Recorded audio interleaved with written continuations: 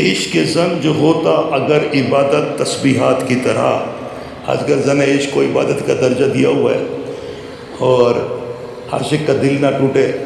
ورنہ خدا اٹھ جاتا ہے، ایسی ایسی شاعریاں سن سن کر لوگوں کا دماغ ہے۔ اور ہوتا یوں ہی ہے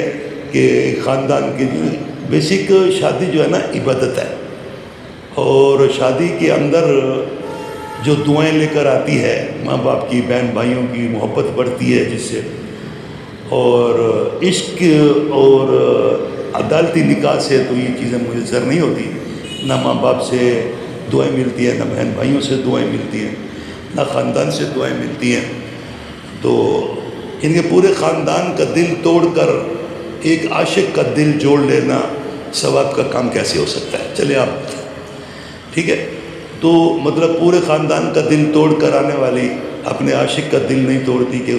اس کے لیے اس کا دل توڑنے سے اللہ روٹھ جائے گا، تو ایسا نہیں ہے۔ اس کے اوپر میں نے شاعری کی ہے، عشق زن جو ہوتا اگر عبادت تسبیحات کی طرح، پڑھتا نہ کوئی اس کو پھر اسلامی تعلیمات کی طرح۔ عشق زن جو ہوتا اگر عبادت تسبیحات کی طرح، پڑھتا نہ کوئی اس کو پھر اسلامی تعلیمات کی طرح، ہوتی رہتی اذان عشق کی جاتا نہ پھر کوئی عاشق، ہوتی رہتی اذان عشق کی جاتا نہ پھر کوئی عاشق، عشق گراں ہوتا بندے پر بابا پھر نماز کی طرح، عشق گراں ہوتا بندے پر بابا پھر نماز کی طرح۔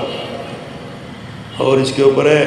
تو گواہ ہو جا یا رب طالب مال نہیں ہوں میں، تو گواہ ہو جا، دو مصرع شعری ہے، تو گواہ ہو جا یا رب طالب مال نہیں ہوں میں،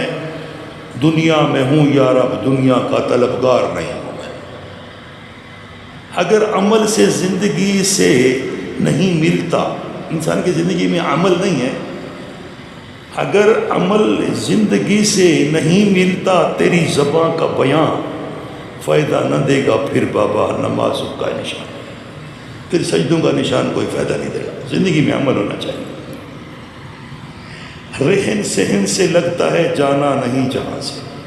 آج کل جو رہن سہن ہے اس سے یہی لگتا ہے نا انسان کا، رہن سہن سے لگتا ہے جانا نہیں جہاں سے، جنت ملے گی کیا بابا فقط نام مسلمہ سے۔ اگر عبدالوہاب نام رکھنے سے جنت نہیں ملے گی نا، جنت ملے گی کیا بابا فقط نام مسلمہ سے۔